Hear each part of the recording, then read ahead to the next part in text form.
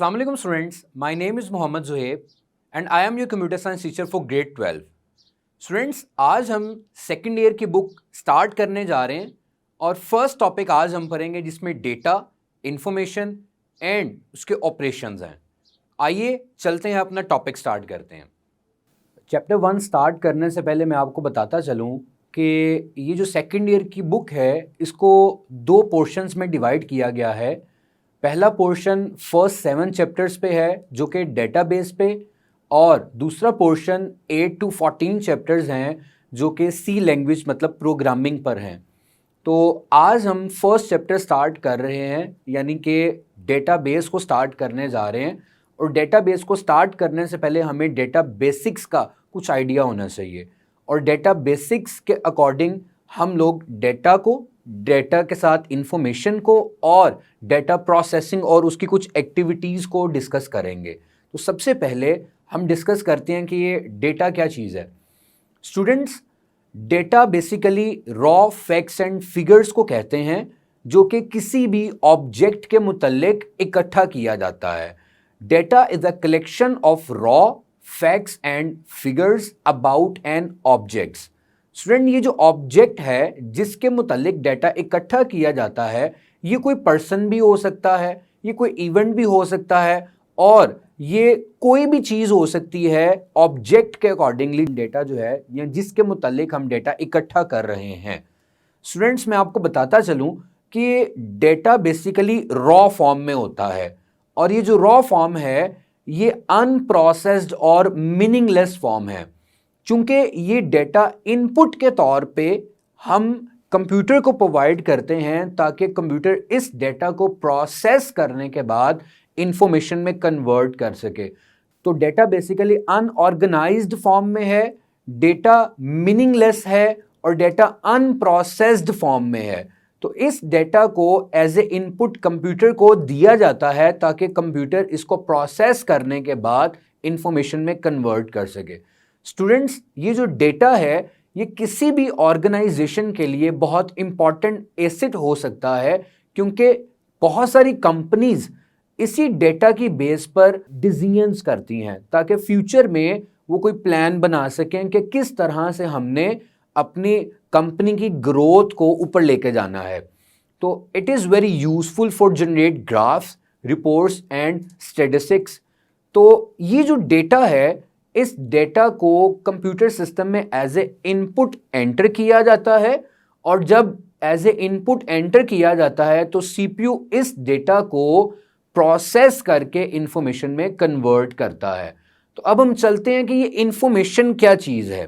Student, जब data input के तौर पे कंप्यूटर सिस्टम को दिया जाता है तो वो उस पर प्रोसेसिंग करता है, इस पर एग्जीक्यूशन करता है, मैनिपुलेशन करता है, और जब मैनिपुलेशन कर लेता है तो वो डेटा रॉ फॉर्म में नहीं रहता, वो डेटा ऑर्गेनाइज्ड फॉर्म में कन्वर्ट कर दिया जाता है। वो डेटा जो कि मीनिंगलेस था, आफ्टर प्रोसेसिंग वो मीनिंगफुल हो चुका होता है।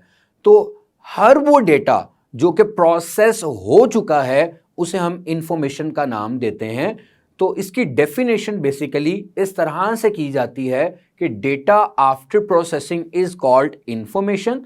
It is meaningful, processed and organised form of data.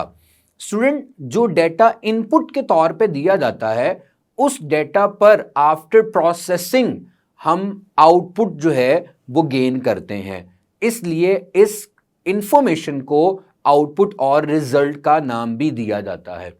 Students, data raw form में और इंफॉर्मेशन प्रोसेस्ड फॉर्म में, बट डेटा पर कुछ प्रोसेसिंग एक्टिविटीज अप्लाई की जाती हैं ताकि उसको इंफॉर्मेशन में कन्वर्ट किया जाए।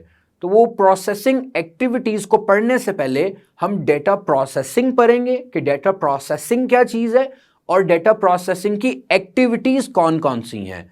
तो देखते हैं कि डेटा प्रोसेसिंग क्या है। स्टूडेंट्स, जब हम डेटा कलेक्ट कर लेते हैं, after collecting the data from different sources और after collecting the data from input devices और some source documents, data should be manipulated. Data को मैनिपुलेट किया जाता है, डेटा को एग्जीक्यूट किया जाता है to achieve the required output और रिजल्ट्स। तो ये जो डेटा पर डिफरेंट एक्शंस परफॉर्म किए जाते हैं अपनी रिक्वायर्ड आउटपुट को अचीव करने के लिए, अपनी रिक्वायर्ड आउटपुट को हासिल करने के लिए, ये जो एक्शंस हैं ये बेसिकली ऑपरेशंस कहलाते हैं और इन्हीं ऑपरेशंस को ही डेटा प्रोसेसिंग का नाम दिया जाता है। तो इसकी डेफिनेशन कुछ इस तरह से की जाती है, अ सीरीज ऑफ एक्शन और activities that are performed on raw data to achieve the required results are called data processing. Students, ये जो डेटा प्रोसेसिंग है, इस डेटा प्रोसेसिंग को हम ऑपरेशंस का नाम भी देते हैं और डेटा प्रोसेसिंग या डेटा एग्जीक्यूशन का नाम भी दे सकते हैं। स्टूडेंट्स, जब भी रॉ डेटा को एग्जीक्यूट या प्रोसेस करते हैं तो हमारे पास यूजफुल इंफॉर्मेशन आती है। बट अभी हम देखेंगे कि कौन कौन से वेज हैं, कौन कौन सी एक्टिविटीज हैं जो अप्लाई करने के बाद हम इंफॉर्मेशन हासिल कर सकते हैं। वो बेसिकली डेटा प्रोसेसिंग की एक्टिविटीज हैं जो हम देखने जा रहे हैं। There are 3 basic categories of data processing. First one is data capturing, second one is data manipulation and third one is managing output. Student, ये वो 3 बेसिक एक्टिविटीज हैं जो कि डेटा प्रोसेसिंग में आती हैं, जिसमें डेटा को कैप्चर करना, डेटा को कैप्चर करने के बाद मैनिपुलेट करना और मैनिपुलेट करने के बाद उसकी आउटपुट को मैनेज करना। ये डेटा प्रोसेसिंग की कुछ कैटेगरीज हैं, ये डेटा प्रोसेसिंग की कुछ एक्टिविटीज हैं जो हमें लाजमन परफॉर्म करवानी पड़ती हैं। क्योंकि सबसे पहला काम होता है डेटा को कैप्चर करना। स्टूडेंट, जब तक डेटा कैप्चर नहीं होगा इनपुट डिवाइसेस से, हम तब तक उस पर कुछ भी मैनिपुलेशन परफॉर्म नहीं कर सकते। तो ये हमारे लिए ज़रूरी है कि हम इनपुट डिवाइसेस से या कोई सोर्स डॉक्यूमेंट से डेटा को कैप्चर करें एज एन इनपुट। जैसे ही उन डेटा को कैप्चर कर लिया जाता है तो उस पर डिफरेंट ऑपरेशंस, उस डेटा पर डिफरेंट मैनिपुलेशन एक्टिविटीज अप्लाई की जाती हैं ताकि उस डेटा को कन्वर्ट किया जा सके इंफॉर्मेशन में। स्टूडेंट, डेटा मैनिपुलेशन में क्लासिफिकेशन, कैलकुलेशन, सॉर्टिंग और समराइजिंग जैसी एक्टिविटीज परफॉर्म करके डेटा को कन्वर्ट किया जाता है इंफॉर्मेशन में। अब हम वन बाय वन ये डिस्कस करेंगे कि जो डेटा मैनिपुलेशन की एक्टिविटीज है, इसमें क्लासिफिकेशन का क्या मतलब है, इसमें कैलकुलेशंस कौन सी परफॉर्म की जाती हैं, डेटा को सॉर्ट करने से क्या मुराद है और डेटा समराइजिंग में क्या किया जाता है। ये वो एक्टिविटीज हैं जिसमें डेटा को मैनिपुलेट किया जाता है और उस डेटा को मैनिपुलेट किया जाता है जो डेटा हमने इनपुट डिवाइसेस से कलेक्ट किया था या कैप्चर किया था।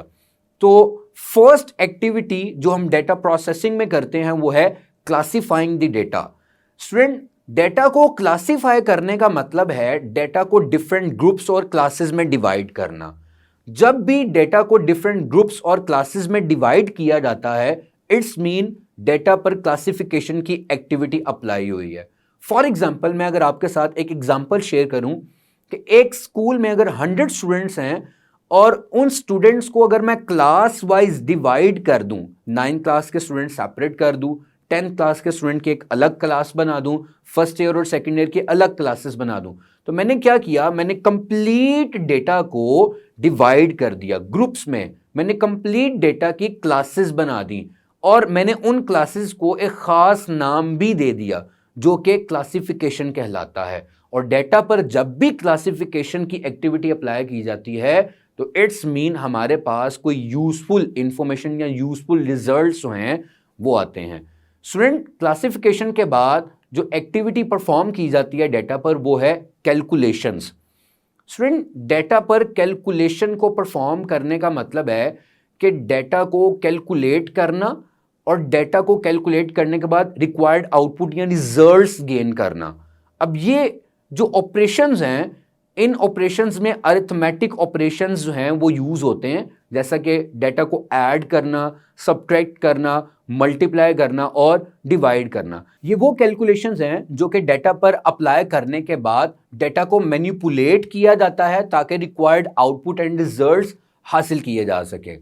स्टूडेंट पहली एक्टिविटी डेटा प्रोसेसिंग में हमने डेटा कैप्चरिंग पढ़ी और डेटा कैप्चरिंग के बाद दूसरी एक्टिविटी डेटा मैनिपुलेशन, और डेटा मैनिपुलेशन में फर्स्ट एक्टिविटी हमने क्लासिफिकेशन पढ़ा एंड सेकंड कैलकुलेशन।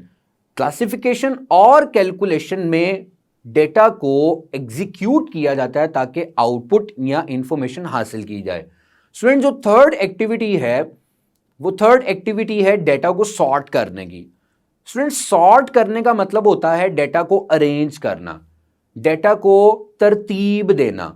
इस ऑपरेशन में डेटा को एक खास लॉजिकल सीक्वेंस में सॉर्ट किया जाता है। वो लॉजिकल सीक्वेंस न्यूमेरिक फॉर्म में भी हो सकता है, वो लॉजिकल सीक्वेंस अल्फाबेटिक फॉर्म में भी हो सकता है। स्टूडेंट आप अपने मोबाइल फोन के अगर कॉन्टेक्स्ट को देखें तो फोन नंबर्स को अल्फाबेटिकली अरेंज किया जाता है। सबसे पहले वो नंबर्स आपको डिस्प्ले होंगे जिनका नाम ए से स्टार्ट होता है, उसके बाद वो नंबर्स डिस्प्ले होंगे जिनका नाम बी से स्टार्ट है, यानी कि उन नंबर्स को अल्फाबेटिक ऑर्डर में एक खास तरतीब में लॉजिकल सीक्वेंस में सॉर्ट किया गया है। अब डेटा को न्यूमेरिकली भी अरेंज किया जाता है। न्यूमेरिकली अरेंज सीरियल नंबर से किया जाता है या खास आईडी असाइन करने के बाद किया जाता है। तो आसान अल्फाज में अगर आप बात करें तो डेटा को अरेंज करना, डेटा को एक खास यूजेबल फॉर्म में तरतीब देना, ये बेसिकली सॉर्टिंग कहलाता है। स्टूडेंट डेटा को सॉर्ट करने के बाद जो फोर्थ एक्टिविटी अप्लाई की जाती है डेटा पर वो है डेटा को समराइज करने की। समराइज करने का मतलब है कि मैसेज ऑफ डेटा को, ज्यादा डेटा जो आपके पास मौजूद है उस डेटा को मोर यूजेबल फॉर्म और कंसाइज फॉर्म में कन्वर्ट करना। फॉर एग्जाम्पल अगर आपके पास 100 स्टूडेंट्स का डेटा मौजूद है और आप 100 स्टूडेंट्स के डेटा को यूजेबल और कंसाइज फॉर्म में कन्वर्ट करना चाह रहे हैं तो ये बेसिकली आप डेटा को समराइज कर रहे हैं। इन this operation message of data is reduce into more usable और कंसाइज फॉर्म। फॉर एग्जाम्पल मैं आपके साथ एक एग्जाम्पल शेयर करता हूं, आपको मजीद समझने में आसानी हो जाएगी कि अगर एक कॉलेज में स्टूडेंट्स पढ़ रहे हैं और उन स्टूडेंट की तादाद 1000 के करीब है, अब मैं उस 1000 स्टूडेंट्स का डेटा कलेक्ट करूंगा तो वो ज़्यादा डेटा मेरे पास आ जाएगा, यानी कि डेटा की क्वांटिटी ज़्यादा होगी, डेटा का मास ज़्यादा होगा। मैं उसको कंसाइज या यूजेबल फॉर्म में कन्वर्ट करना चाह रहा हूं तो मैं सिर्फ उसमें से स्टूडेंट्स के परसेंटेजेस लूंगा, वो स्टूडेंट की परसेंटेजेस लूंगा जो कि पास हैं और वो स्टूडेंट की परसेंटेजेस लूंगा जो कि फेल हैं। कितने स्टूडेंट्स हैं जो कि कंप्यूटर साइंसेज में अपेयर हुए थे और कितने स्टूडेंट हैं जो कि कंप्यूटर साइंसेज में पास हैं। तो क्या किया मैंने कि 1000 स्टूडेंट्स के डेटा में से मैंने कंसाइज फॉर्म को कलेक्ट कर लिया, जिसका मतलब है कि मैंने डेटा को समराइज किया है।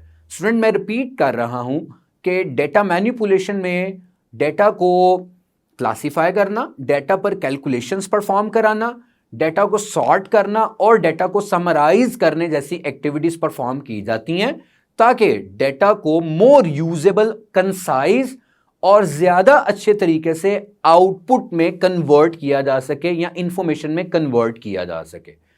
स्टूडेंट जब डेटा मैनिपुलेट हो जाता है तो ऑब्वियसली बात है आउटपुट को हमने मैनेज भी करना है और आउटपुट को मैनेज किया जाता है स्टोरेज डिवाइसेस में स्टोर करने के बाद। तो लास्ट जो हम पॉइंट डिस्कस कर रहे हैं, लास्ट जो एक्टिविटी डिस्कस कर रहे हैं डेटा प्रोसेसिंग की, वो है managing the output results. In this operation output results are managed properly so they can be use further for particular purpose, ताकि हम बाद में उसको किसी खास मकसद के लिए इस्तेमाल कर सकें।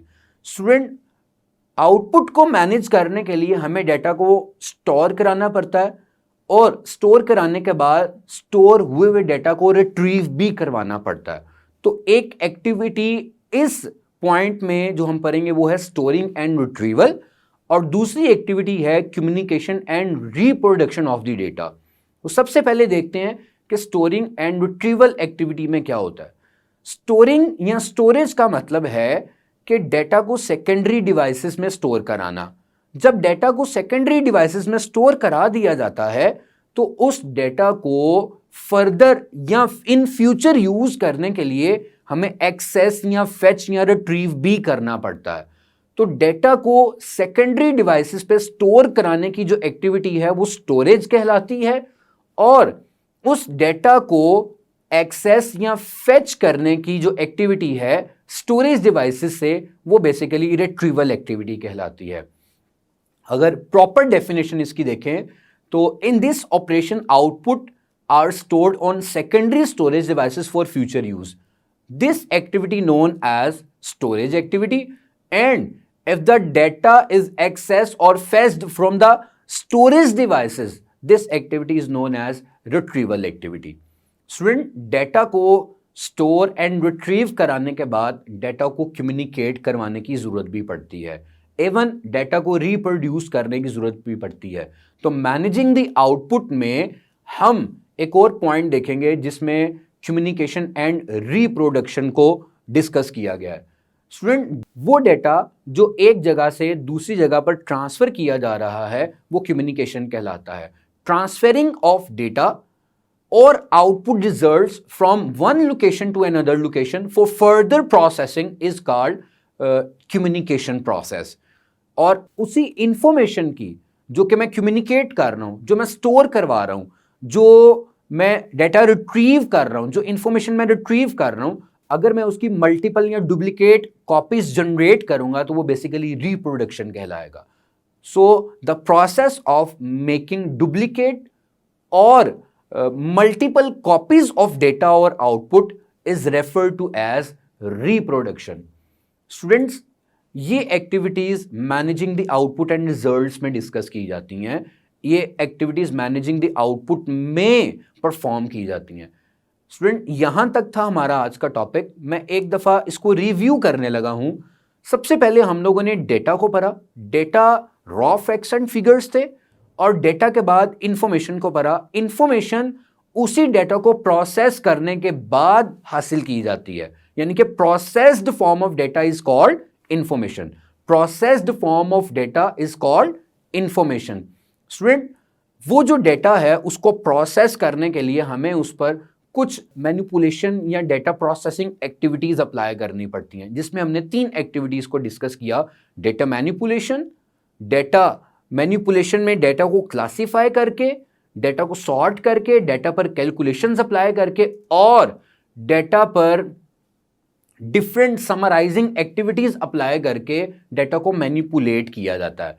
और जब डेटा को मैनिपुलेट कर लिया जाता है तो वो जो आउटपुट है उसको हम स्टोर, कम्युनिकेट, रिट्रीव या रिप्रोड्यूस भी कर सकते हैं। स्टूडेंट्स, डेटा और इंफॉर्मेशन को समझने के बाद हमारा जो नेक्स्ट टॉपिक होगा वो ट्रेडिशनल फाइल सिस्टम पे होगा, और इंशाल्लाह नेक्स्ट टॉपिक में हम ट्रेडिशनल फाइल सिस्टम के साथ उसकी कुछ डिसएडवांटेजेस और उसकी कुछ बेसिक्स को डिस्कस करेंगे।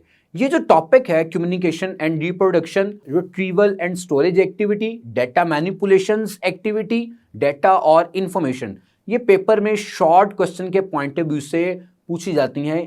इस टॉपिक में से लॉन्ग क्वेश्चन नहीं पूछा जाता। तो जब भी आप इस टॉपिक को प्रिपेयर करेंगे आप शॉर्ट और ऑब्जेक्टिव पॉइंट ऑफ व्यू से प्रिपेयर करेंगे। स्टूडेंट्स, ये था हमारा आज का टॉपिक जिसमें हमने डेटा, इंफॉर्मेशन और डेटा पर परफॉर्म होने वाले डिफरेंट ऑपरेशंस जो हैं उनको पढ़ा। उम्मीद है कि टॉपिक आपको अच्छे से समझ आ गया होगा। इंशाल्लाह नेक्स्ट लेक्चर में दोबारा मिलेंगे। अल्लाह हाफिज़।